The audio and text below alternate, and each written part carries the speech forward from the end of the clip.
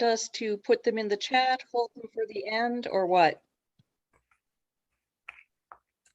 Alan, that question was for you. Yes, you can go ahead and chime in. Otherwise, people will be scratching their heads going, I had a really good question, but I forgot what it was.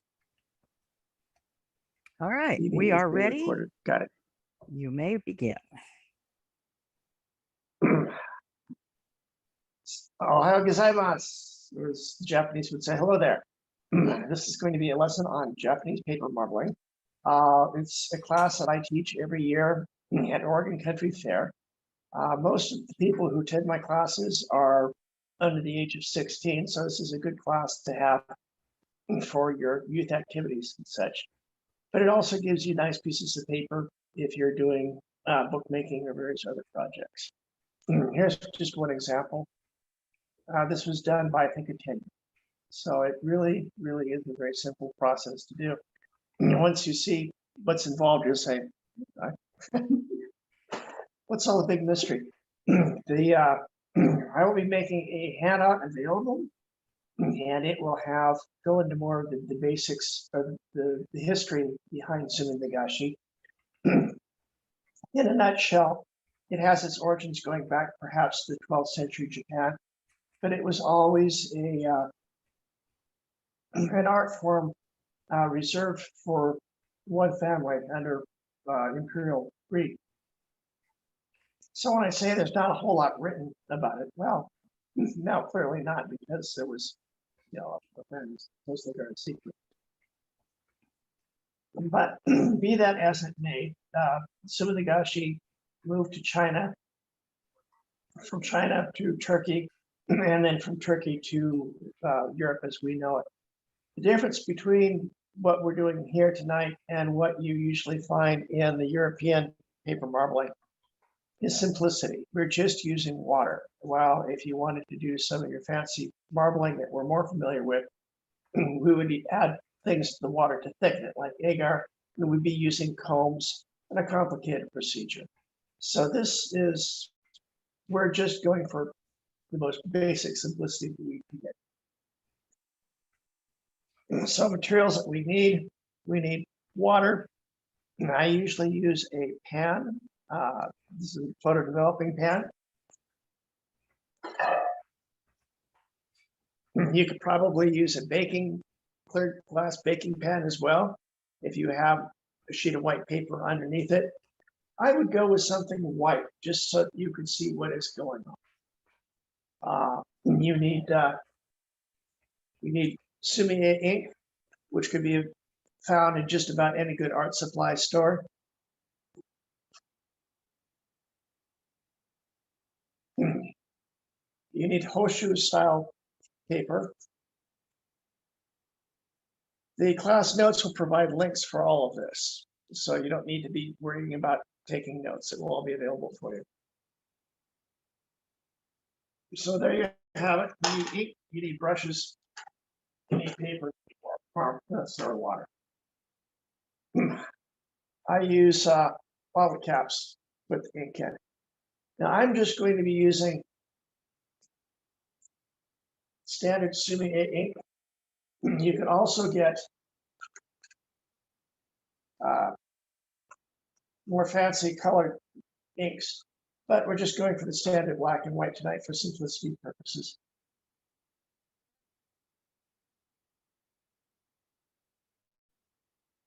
Sumi ink is made from lamp black. It's the soot you get after burning vegetable oils.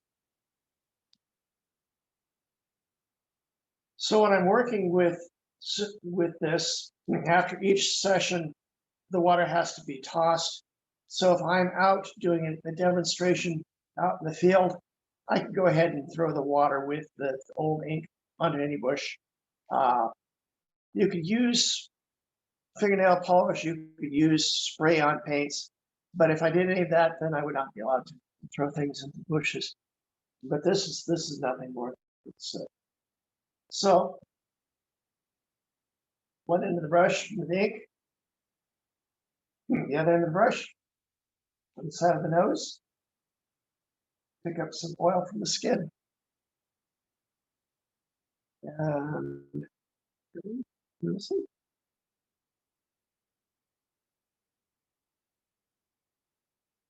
I don't know whether you folks can see that. So now with the other end,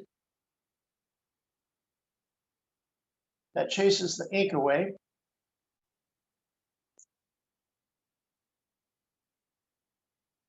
You could run the brush around the edges too. That forces the ink into the middle and makes everything a good deal darker. So you just one end and the other. Charging is necessary. Now you don't need to put, can people see it? I think they can see it from my angle there. Yeah, you don't. I'm trying to set it up so that we can see it from Pam's camera. I think it's working pretty well with my camera. Okay. Nick? If you were left-handed, it would work better. Yeah, because your hands in the way when you're actually touching the water.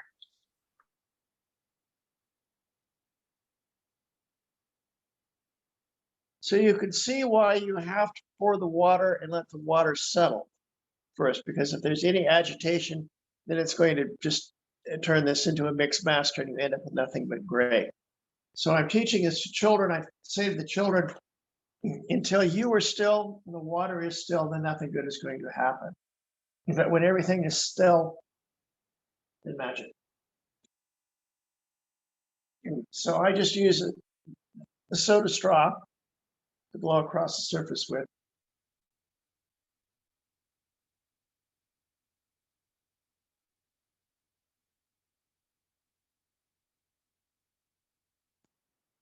Just light puffs, just very light puffs of air. I also draw across the ink with hair. You could use hair from your own head, of course, but my hair is so thin and so gray, it's hard to see. So I use horse hair. So I pick up a local stable.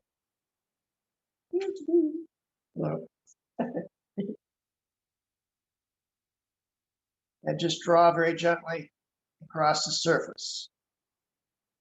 It's very easy to get too carried away with all of this. And a light touch is all you need. There's a smooth side and a rough side on every sheet of paper. I usually put the texture side down, but I don't think it matters all that much. And lift.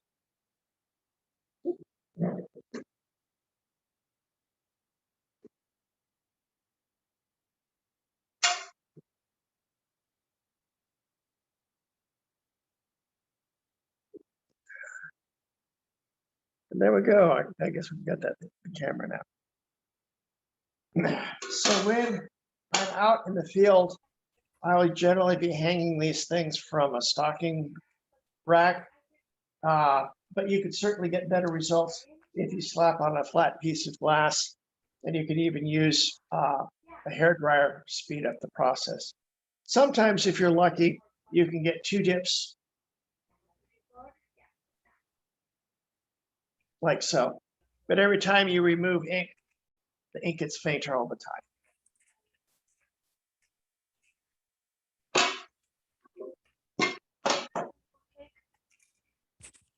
Sure, a little bit.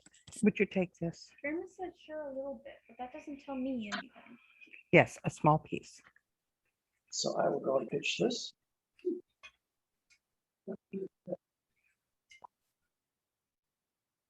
So he's emptying the water, and you could just pour more water in and start all over again.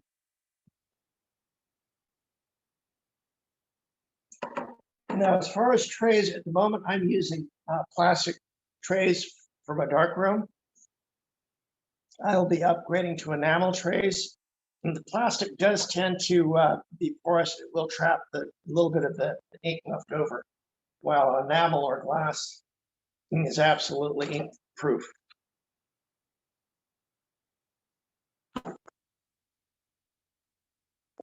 Are there any questions? Hello? What about a stainless steel tray? Stainless steel would be fine. The only problem is you might not be able to see the colors if you're using colors or the black and white. But stainless would work fine. Would there be any reaction between the metal and the ink? None, no. This is fairly innocuous ink. It's not like battery acid or anything that would have a chemical reaction with steel. And when you lift them up, is there any risk of the ink coming off the paper and sliding and distorting as you're lifting it? No, the minute the paper touches the water, it pretty much sucks everything off the surface. You have to lift paper gently. Even this particular brand of paper,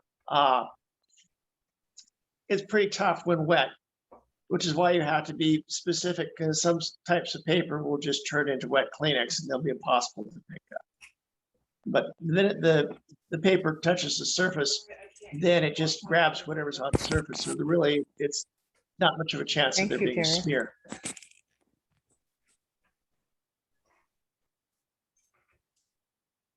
And were these used for, did they use them then to put calligraphy on, or do partially Yes, colored and then leave some blank? yeah. They would often just do the paper marbling on half the paper. And they were used very often for waka style poetry. One of the oldest examples is a collection of poems that's now in a monastery in Kyoto, where they have 36 masters of the waka poetry who had their poems calligraphied onto them. Nowadays, it's gaining popularity again after being almost exclusive to the one family. Ever since the Reformation in Japan, it's become used more commonly. Nowadays, though, it's very often used for fabrics that they will take silk. And I've even seen sumi-e kimonos where the panels, each panel will be dipped individually.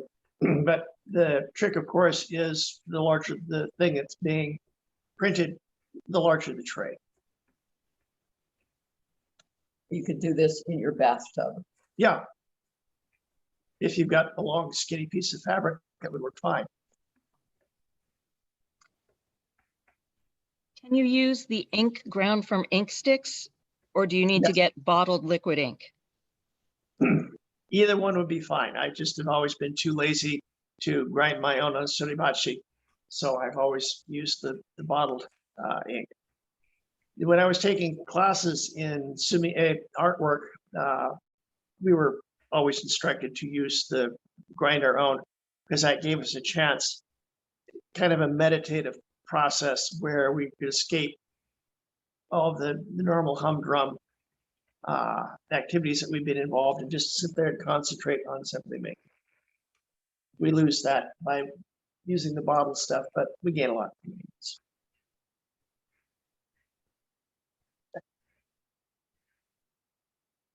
So it's, once the paper is dry, I even have a hair dryer here to speed up the process if necessary, but it just make a lot of annoying noise. Your paper will usually be flat. If, on the other hand, you're using a hanger to dry them with, then you may need to use an iron to get them flat. But once they're flat, it's a fairly heavy-duty gauge piece of paper, and it'll be fine for your interior if you're making books with this.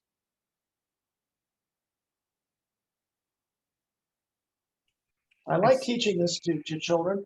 Oregon Country Fair could be quite a circus, and there's always so much activity going on. Children come, and they're badly overstimulated. They're just kind of little dynamos. And it gives me a chance to give them a little bit of zen. They'll sit there and they'll say, oh, I want to paint a horsey, or I want to make a doggy, or something like that. I say, this isn't how the artwork works. You just let things happen. And then once you're done, you observe the results. which is more in keeping with Zen. And then once they've started it, they say, oh, look, you know, I could see some waves and there's a waterfall, or I think I see a dragon in that one. It's amazing how quickly the mind is able to form patterns if you just allow the patterns to form themselves. Have you ever tried this with something, a delicate paper like rice paper? Yes, and it worked horribly. The paper disintegrate?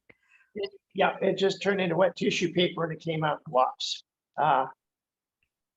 That was the 1 year that I showed up at Oregon Fair, and after about 5 minutes, I just gave up. I said, "I'm sorry, folks, the show is over.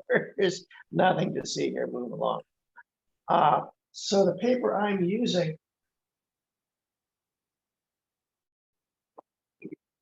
I believe that it's made from your mulberry. Yeah, it's made from the Kozo mulberry bush. So even though it's called rice paper, it's not like your standard rice paper that you might see in our shops. So it actually is mulberry paper. That would be how I would call it. Is Shikishi a type of paper or a brand name? I believe that is a brand name. So the Hosho, though, Hosho, Hosho, that's a paper type. So if you were to go online and look for Hosho paper, you would probably find Amazon and various other places have it. All of the links that I have are 100% Amazon free. There's all sorts of art suppliers who would love to have your money. You could do a paper in a tray like this, perhaps not much bigger than 8.5. I think 8.5 by 11 would be too large. You probably want a 5 by 7. You need to have a certain amount of areas on the side to pick up. So this really is an extraordinarily simple process to get really wild results. Should I do another one with using color? You've got time to kill. Yes, please. What sort of ink is? I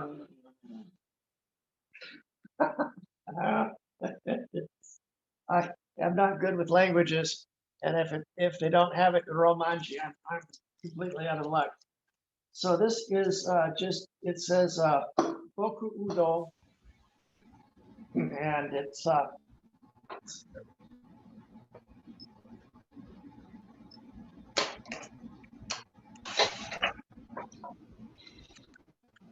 the important thing is that you want the ink to float on the surface.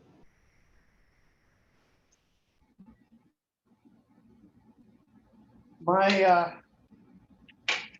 sister-in-law does origami. So I did one paper that was black and white, and another one that was orange, black, and white. I sent them to her, and she sent me back a zebra and a tiger.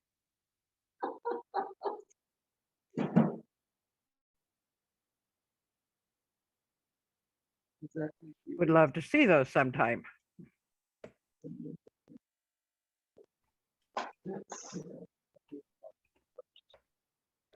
So yeah.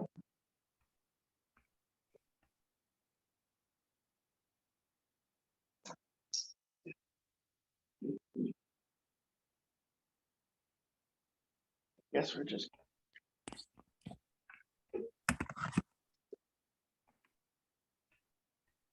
I don't know.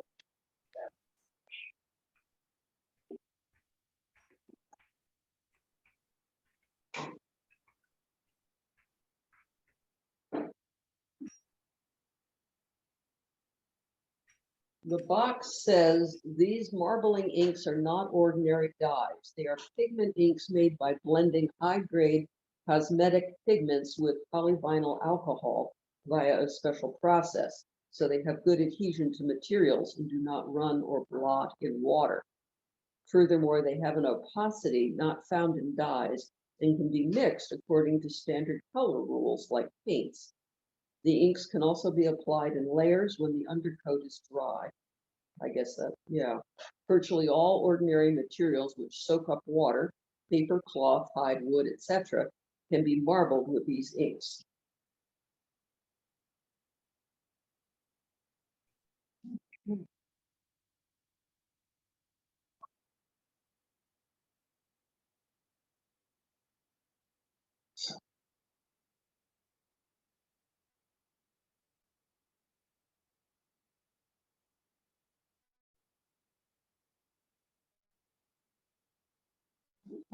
This happens a lot.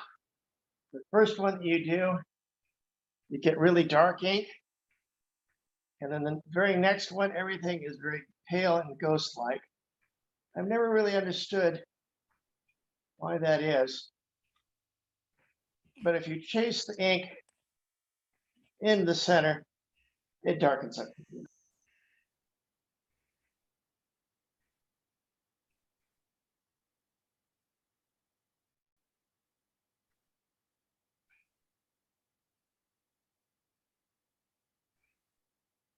I had one young student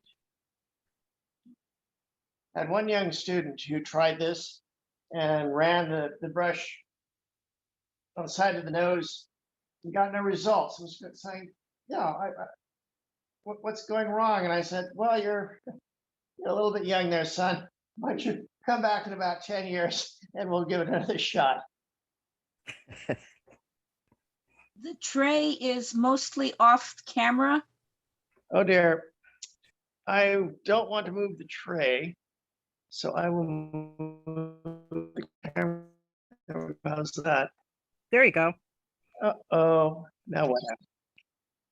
Bixby. Bixby. Now we can see you Yeah. well, see it well. Yeah.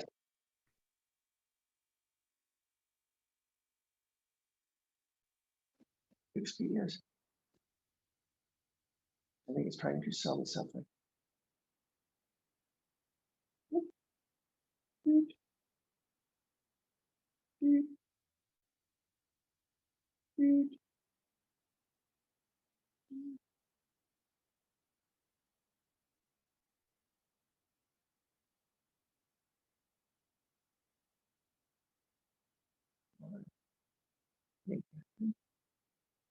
I don't know whether Dame Joanna is here,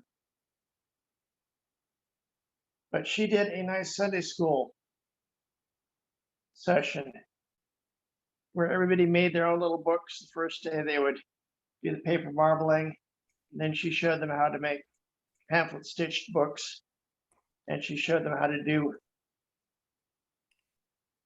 block printing.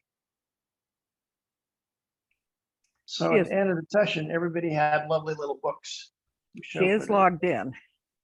It was really amazing. Alan helped us out with, first of all, teaching me how to do this earlier, and then helped me set it up and use some of his gear. And by the end of the weekend, close to 100 people had done paper marbling, and most of them went home with some, and some of them spent all of their free time at that table. It was so much fun.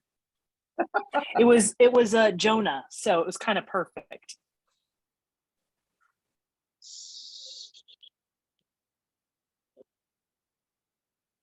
All righty.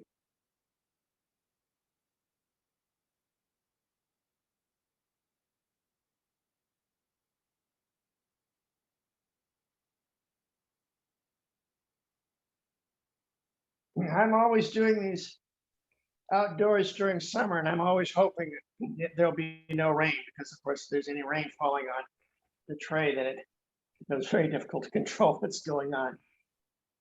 Would lead to some interesting patterns, I would think. If you get any at all. Oh, So again, I'm going to drop the paper in the rough side down. I'm trying to hold it by the corners. And I just go 1, 2, 3, and drop. Now watch as I pick it up. You think that it would smear ink all over everywhere, but it doesn't. wow. Now, you've said that things like rice paper disintegrate. What about regular printing paper? I I think that would have the same problem. That your most of your paper tends to dissolve fairly quickly. I mean, we all are Okay. familiar with what happens with wet newspaper and such. Well, what No, about not something anymore. like parchment? Are we talking about parchment as an animal scan, or we're talking about parchment as in wax paper? Because wax paper will work. Oh, either one. Let's talk about both of them and compare. Can I throw a third one in? Can we talk about pergamon, which is vegetable parchment? Can you say that louder?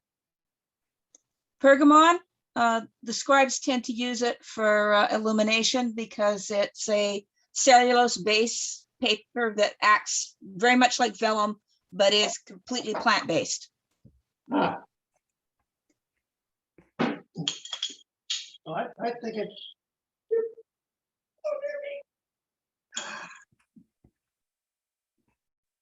Well, I believe I'm pretty much done here. If there's any questions, now would be the time to ask. I think you couldn't hear us. We were asking about the different kinds of paper. You probably have to just try it. and Yeah. see. I'm only familiar with using the papers that I would find in your Asian art supply stores. There's 1,001 different types of paper. And I just know that the ones that I'm buying work, and I've had experience with other types of rice paper that doesn't. So it's pretty much a trial and error, I'm afraid. I was thinking of the types of paper that might be used in bookbinding. I Um, did buy some rice paper that was the same kind like I had been using from the flat sheets, but it was in a roll from Amazon, and it absolutely did not buy the flat paper locally, partly because it had been rolled so it didn't go flat on the water, and partly because it was thinner than the other paper. So heaviness of the paper also matters significantly.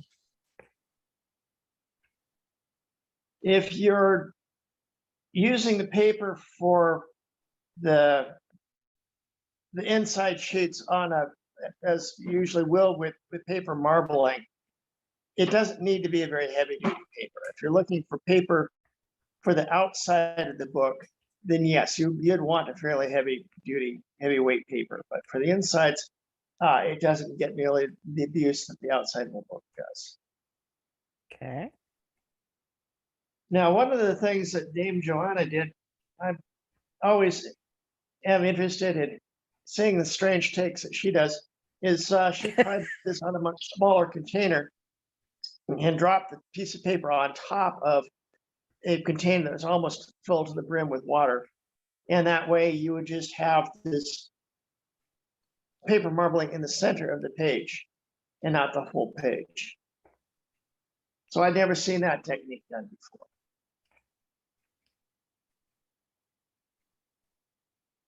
I'm trying to picture that. I wish I'd brought a can of tuna or something we could have used for that demonstration. But generally speaking, if you're wanting paper for bookmaking, you'll want the full sheet. Well, can I ask a personal question? Like, how much does it cost for the specific inks that are made for this? Are they very expensive? Are we looking at a big investment to get into this? Or is this something that? No, I seem to recall the whole shoot and match was under $20. The only thing that was expensive was the photo trays, and you could probably use a glass tray if you went down to if you don't have one already, just go down to your local thrift store and see where you can find a glass baking tray that will work fine. So I think between the paper and the ink, you could probably get yourself all set up for about $20. And you've told us that you've done this quite a lot and you're still using something that you bought some time ago, so it seems to go a long way. Yeah. And this is the same bottle of ink I've been using for last 10 years, so I couldn't possibly tell you how much this would cost. But the whole thing is very economical. And people were saying, oh, how much space does it take? Well, I get everything that I need, and I can put it inside this tray. The paper, the ink, the brushes, the whole thing all fits into a 8.5 by 11 printing tray. So it stores very nicely. I've got all these things in a larger tote because I've got, scissors, and I've got pencils, and I've got all sorts of roll of duct tape. You never have too much duct tape. I've got the whole thing in a small tote, the sort of thing that could slide very easy, even under a couch or a low bed. The book that I've been using, let's see if we've got this here. Yeah, Ann Chambers' book is the definitive book. I picked this one up years ago. It was already on the remainder table, so it was marked down. Unfortunately, it's gone out of print. So if you could find one of these online, they're going to be expensive.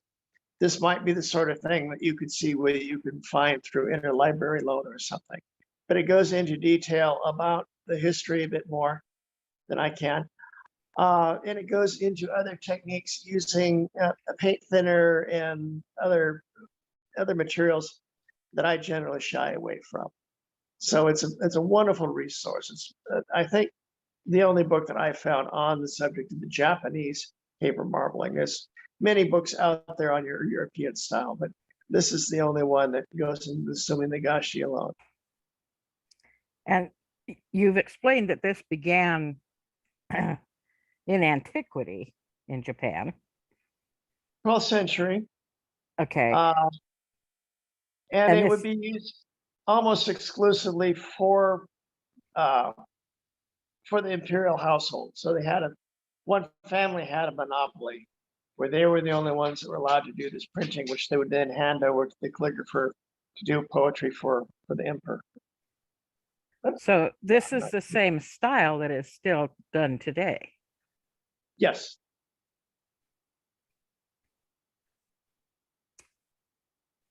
Of course, nowadays they're using different techniques and different materials. As I said, some people, I've even seen Suminagashi done on a big pile of shaving cream, which I thought was a very strange way of doing it. But that loses a lot of the nice liquid feel that I get just by using tap water.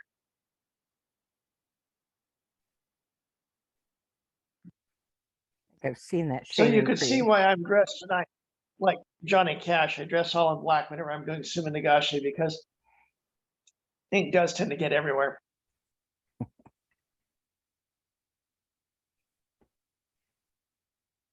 Well, I think I pretty much covered the subject unless there's any further questions.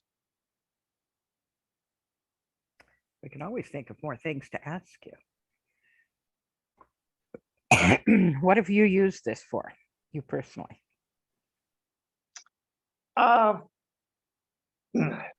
Pretty much, I've been using it as in papers for European style books.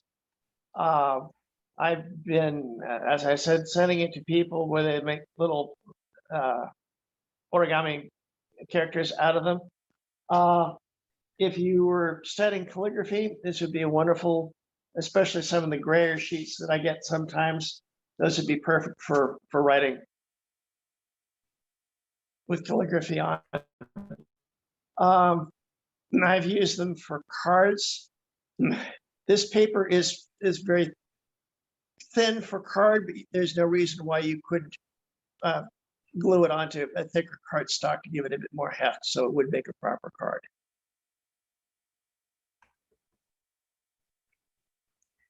Thank you, Alan. I've really enjoyed this. Learned something, and I have a new Well, passion. I hope someday I hope someday we can get together and do this together and go make the whole process of putting a nice little leather covered book with wonderful end papers together. Well, we'll have to wait until, you know, the current sickness is past. Does look like we're getting closer. Of course, yeah, there is. Ever hopeful, ever hopeful. Well, Well, I thank thank you you. all. If there's anything else, I will try and put the class notes up on the Adiantum Facebook group. Would that be a good place for it? We were discussing If you where put them in the comment section under this event, that should stay there and people could go back and revisit the event and go through the comments and find your class sheets, etc. Okay. We'll get on that. Or you could put it both places. Yeah. There is a nice file section in the Adiantum Facebook group. I could also put that on the Facebook group for bookmaking as well. Where is it everybody hails from? Does everybody here have access to the Adiantum Facebook group? No, Uh, actually. No, I don't. Well, You if can you, access the public Barony of Adiantum page, Facebook page where the notice was. She's been putting these notices. I put it up on other groups. Oh, okay. Yeah, So 50 different groups. if you go join the Barony of Adiantum discussion page, I think it's the unofficial, isn't it? I believe so, yeah. Yeah. So you just join the Barony of Adiantum unofficial discussion page, and that will send you where there's a link for events. And this event plus all of the others that we have done and will do are listed up there. You just click on it, go to the discussion portion of the event, and there's usually some good stuff there. We're also going to be posting the video there. Okay, well, I'm going to be turning off the video just briefly. Mine is still going, but now we have Alan instead of a picture. Just have his name. So I see, Clovis, you came in after we did introductions. Where are you from? I'm from Terra Primaria. Well, welcome. You're welcome. Hi, Clovis. Hi, Morrow. Ah, What? I'm everywhere. Was it like three days in a row? Yeah, actually. well, the other thing about our events is I don't chase people away just because the class is done.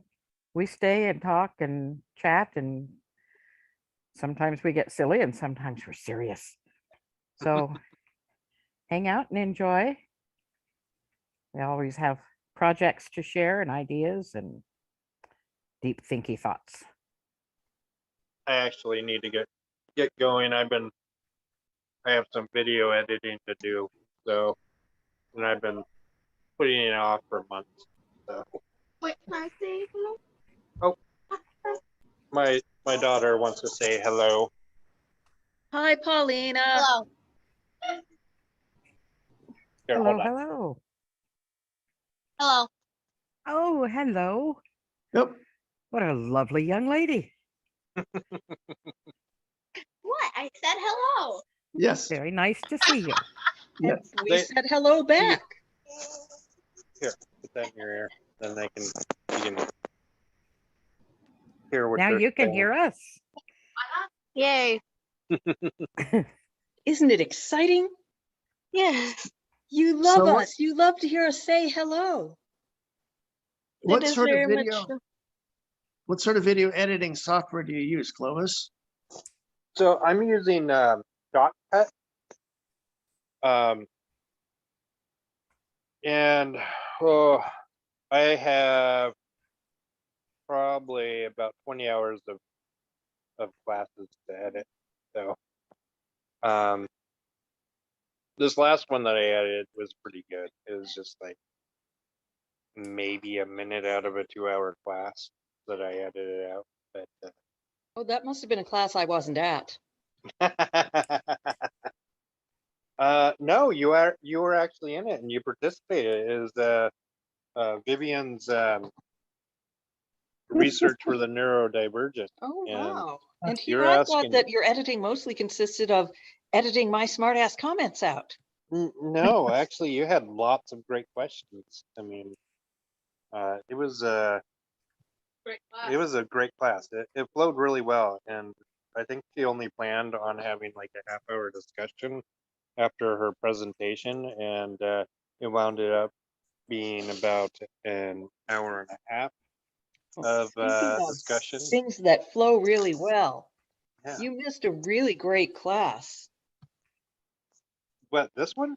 This one, yeah. No, was- I was here for most He of was it. here for most of it. Oh, okay. Yeah, cool. I just came in late. I'm glad you got most of it. I wasn't in a great place to stop editing, so Yeah, well, while this class was going on, I actually was paginating over to Google to try to see if any of it would be period for me. Yeah. And it turns out that the historians aren't sure. There is a type of decorative paper referenced in 10th century China that they think might have been a form of marbling, but it That's somehow involved fermented flour paste. No, I'm not familiar with the Chinese method at all. And yeah, because later in period, like towards Ming Dynasty, China apparently started using a variation on the Japanese technique with water, but there was this really early flour paste thing. And the problem is my brain hears fermented flour paste and thinks beer. There you go.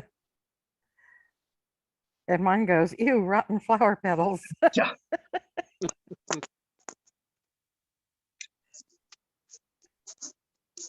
It's not surprising that the Chinese and the Japanese might have similar kinds of art. There was quite a bit of commerce there. Right. I did a although little of apparently this. these two were pretty separate because, as was mentioned in the class, the Japanese one was considered top secret and wasn't even spread within Japan for centuries. So. Right. Yeah. And the Chinese one, they're sure somebody was making decorative paper using fermented flour paste, but they're not actually sure if it was marbling or not. Very interesting. I'd like to see some of those. No That surviving would artifacts. Oh dear. Well, that is the problem with paper is it is so very, very frail and frangible. Yes, especially if the preparation technique involved applying beer.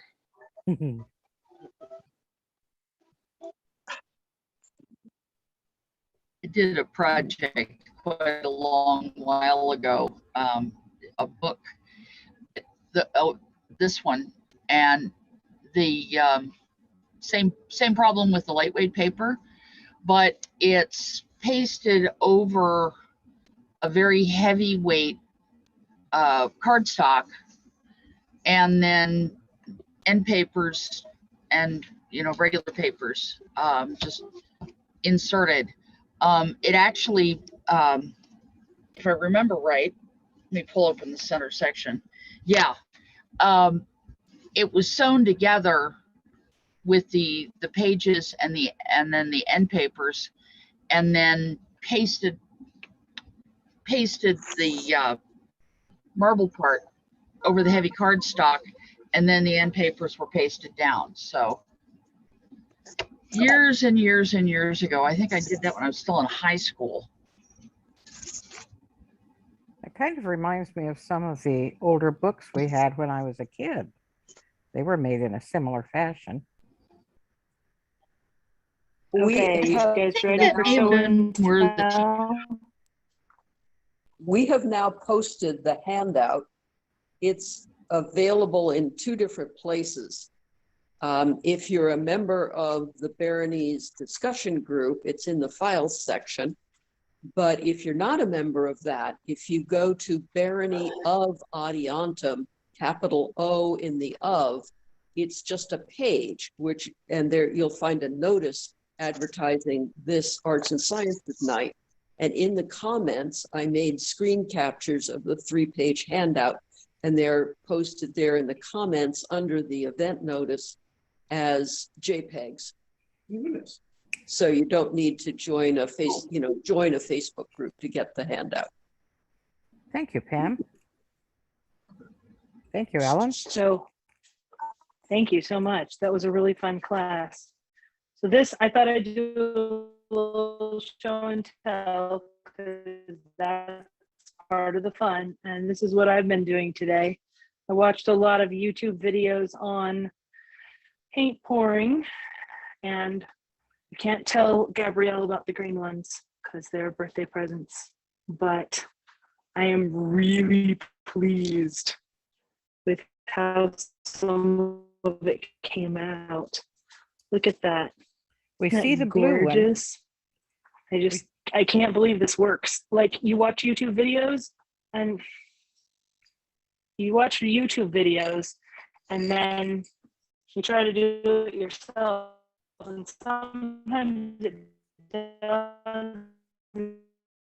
doesn't come out. So mostly I was experimenting with leftover pieces of wood, and my dad had these circles he had cut out of the center of something, and they ended up looking so awesome because your eye sees it as a little world. Not fun. My art activities for arts and sciences. Beautiful. One of the super fun things was this one here I did with the same paint on the 2 canvases so that they would match, because I'm hoping to turn them into a Coptic book. Talk about combining techniques. And then I dripped the paint off of them onto this one. So that was really fun to use up the paint. Your video is behind what you're saying. We see a green. Yes.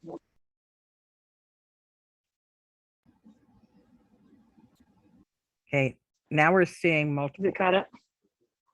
Yeah. So the 2 on this side were done, like I poured across both of them. Then I individually tilted them. But when I tilted them, I dropped the paint onto this one.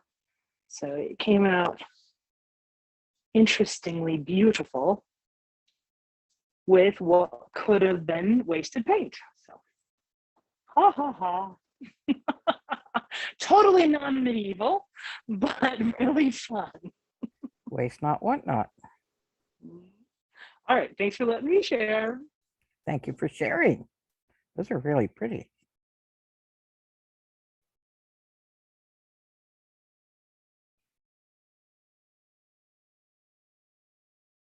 I have been poking along, doing some stitching on my St. Birgit's cap.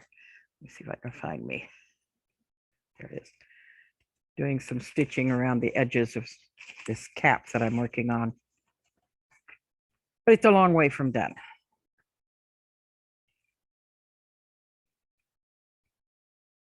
I hope one day when we meet again, I will have all new garb. Okay. Well, I hope that when we meet again, we will all have all new garb because we are none of us the same size as we started the pandemic. it Amen. turns out the handouts they are under the September Baronial Council event announcement.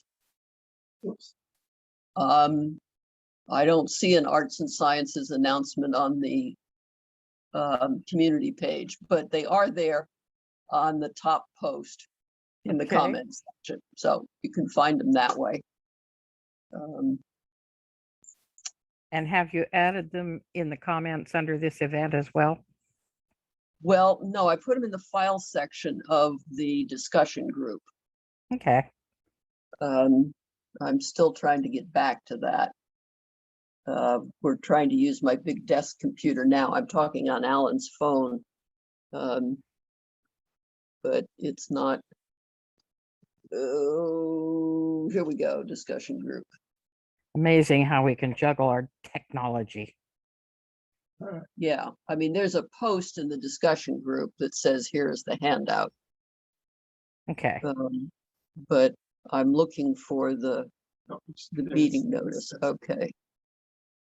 I'm going to join so we can talk to you from my big computer because I don't have any audio on my phone. Alan's is cooperating. Okay.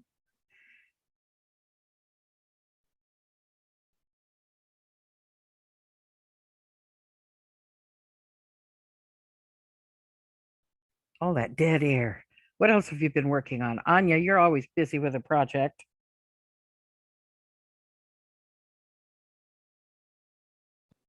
There. Now I'm unmuted. I think my big one over the last couple days was making a lamb and pickled kale roll. It's a recipe from an early meal. And our winter feast, the House Capuchin winter feast this year is supposed to be Norse themed, Viking era Norse. And that's one of them. And it turned out really, it's an interesting flavor. I have never put pickled vegetables with meat in a dish before. Only thing I did to it that I added that's not in the recipe is I rolled it up around garlic cloves. And the interesting thing was that while the meat was completely done, the garlic was still a little on the crunchy side, which was kind of fun. Interesting. And then this is the other thing that I'm working on. I got my copy of Kim Salazar's second Carolingian model book, which just came out. That Ianthe de Averoigne, I can't pronounce French. I'm sorry. But anyway, Kim Salazar Brody, and she had done the first book back in like 1995 or something like that. It came out, and then this new one, and so of course I had to start a pattern from it immediately. You know, gonna happen. But what are you making with the This- pattern on it? Oh, it's a sampler. Oh, okay. It's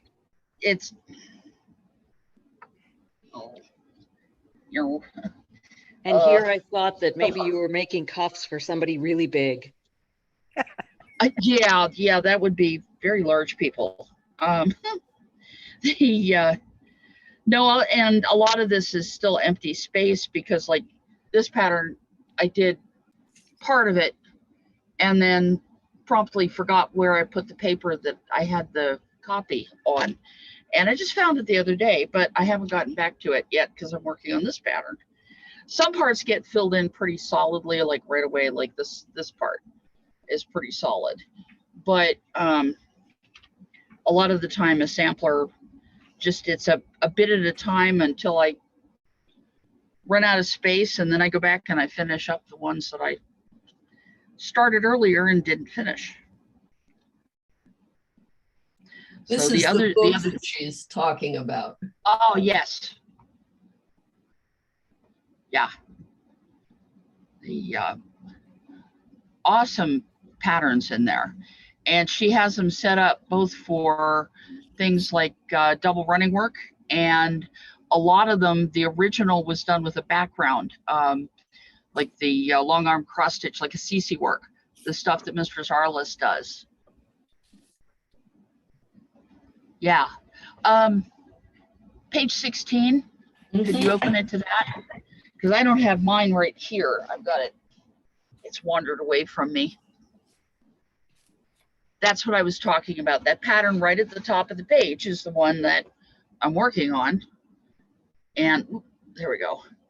And it's set up on the one side just as a blackboard pattern and the other side as with a background. Thanks. Thank you muchly. I've been using that same book because in the back, it has patterns that are gridded and they can be used for knitting. So That's what I was wondering. I've been knitting pouches because a lot of the patterns are from Venice, 16th century Venice. So I'm making pouches for largesse for Luciano and Tessina. Oh, that's awesome. I So really this like was these are all Wow. Venetian. I recognize that one. Yeah, That was what I almost did instead of this one. So yes, her books are wonderful. Yeah. I've been, she has a blog, String or Nothing, where she has a lot of patterns and stuff posted. And last year she actually, I think it was over the summer, she did a pattern that she called the Bony Boys. And it was a bunch of dancing skeletons set up around as a border, and just amazing. And since I used the name Anya, I also swiped her spider pattern, and I've got that all over a cap that I'm in the process of making that I've put somewhere and I can't find. So I'm not currently working on it. This has. Ooh. Hello there. Miriam. Sorry, I forgot I wasn't muted.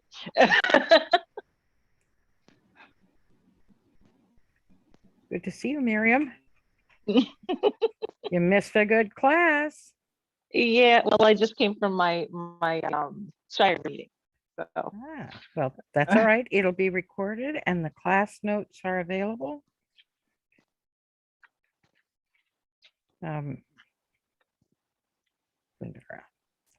Putting your name down on my list. Pam, would you tell Miriam where those class notes are again? Oh, they're in two places. If you belong to the Barony of Adiantum discussion group, they're in the files section. And there's a post up right now saying, here they are. You can click on that.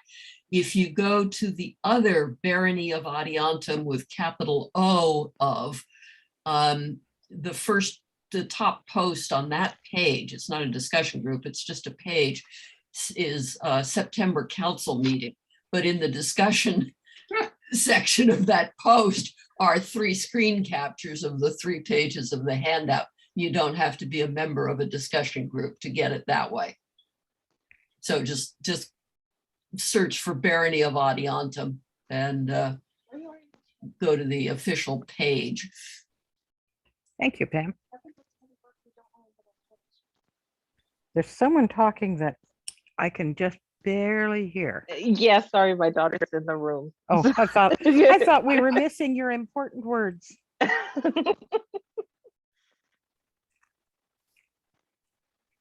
She missed a fun class too. She would have enjoyed this one. Where will the recording be available? In the comments section underneath this event. Okay. So again, that's going to the Barony. That's in the page Barony of with capital O, right? That's where the events are listed. No, it's on the not Barony that discussion It's in page. the discussion group. Okay, so Barony of Adiantum, and go to the events and look for this event, and you will find a section for comments, and that's where you'll find the recording and the chat if there's anything worth saving there. I see there's a link someone shared there already. I've just got a question. Are we supposed to still be recording? We are still recording. You don't have to be. Okay. I just recorded. It's just a question. I'm cheating. I'm using a kit from Tanya Bentham, and I'm doing her Opus Lady in split stitch, and I've